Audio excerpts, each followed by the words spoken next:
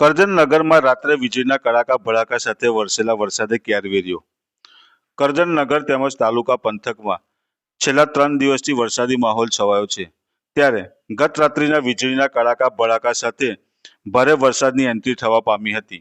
વીજળીના કડાકા ભડાકા સાથે નગરમાં નવા બજાર વિસ્તારમાં વીજળી પડતા નગરના પદ્મનગર અને અક્ષરધામ સોસાયટી વિસ્તારમાં વીજ ઉપકરણોને નુકસાન થવા પામ્યું છે। પદ્મનગરમાં વીજળી પડતા આરસીસી રોડ ઉપર તિરાડો પડી ગઈ હતી।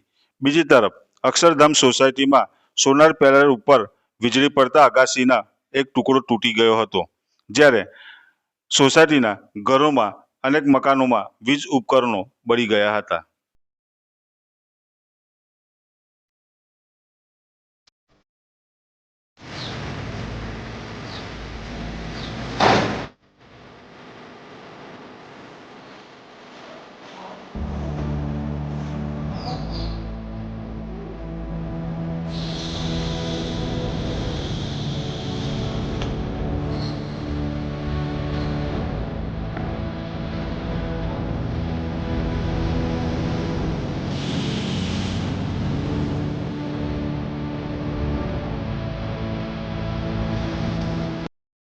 ગઈકાલે જન્માષ્ટમી દિવસે રાત્રે જે વીજળી પડી એમાં અક્ષરધામ સોસાયટીમાં ઘણા લોકોની કે નુકસાન થયેલું છે।